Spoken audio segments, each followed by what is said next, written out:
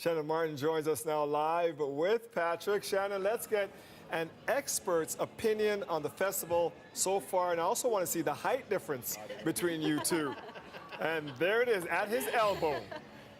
At least he got to his elbow. They're already asking me about the height difference. You know what? I was going to say, Dwight, they offered for me to stand on this, but I thought this would be a workplace hazard. I don't know. I think it might be. I was expecting more of like a bar stool, you know, or a box, not necessarily a baby ladder. No. Yeah, so instead you all get to see what a shrimp I am, and that's totally fine. Thank you so much for joining us. You got to tell us, what do you love about TIFF year after year? The movies, most importantly. You know, I'm a big movie buff, a big movie fanatic, so seeing all these movies before they come out ahead of time. Also seeing the actors. You know, I was definitely blessed to see Denzel Washington last night, number one on my bucket list. And Number one? Number one. Like, no one beats What happened? What did you do? I was fangirling a little bit. I was screaming out Denzel at the top of my lungs. Really? I think I was throwing like my socks at him, you know, just screaming his name just loud as possible. I did see your snaps of him, and the snap was a little shaky, so I wondered if your hands were like my hands were shaking a little bit. I made sure I got a snap, but after that, I think I maybe took like 20 to 30 photos and like 10 videos of them, so yeah.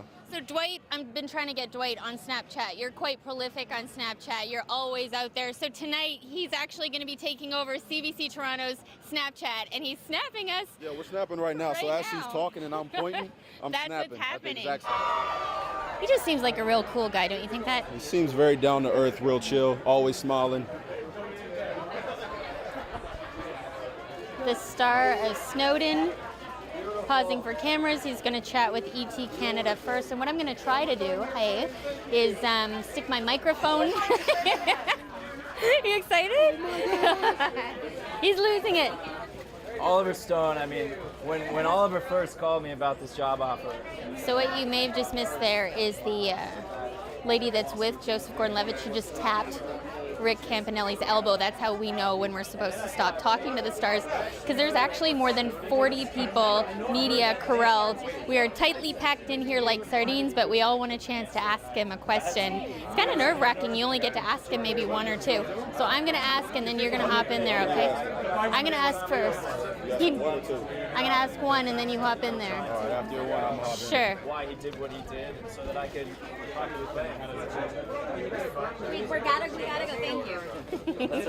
You gotta call us tomorrow, Shannon. Right here. Hello. Like this is the camera, Shannon. Hi. Hi. I understood you met Edward Snowden. Can you tell me what that was like? What you asked him? If you can share. Sure. I got to sit in an office with Edward Snowden and also with his girlfriend and partner, longtime partner, Lindsay Mills, who's played by Shailene Woodley in the movie.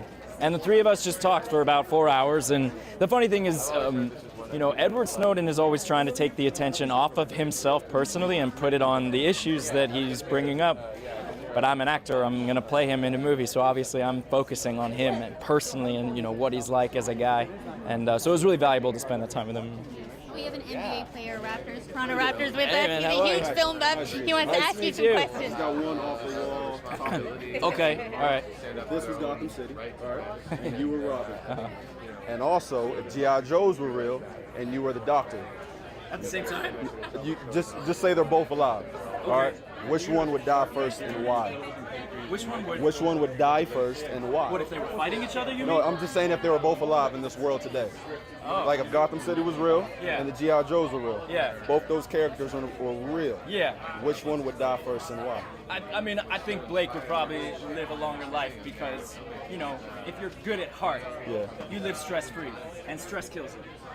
That's what I call it. I think the doctor's a I stressed like out that. dude. I like that. I like that. But yo, great to meet you. Likewise. Been a big fan since Mysterious Skin. You played Neil. Oh, thanks, man. Great. Thank you. Thank you. Good to talk to you. Thank you. That was so cool. Your question was way It's like, better than yeah, mine. Off the topic. I just want something off the topic. You know, Holy smokes, you lost me there. just something different and random, you know, and it worked. It worked. I don't think he was ready for that. He was shocked. He was surprised. I feel like I went at him with the nerdy question, but you got him. You asked the right question. I asked the like, yo, what? Yeah.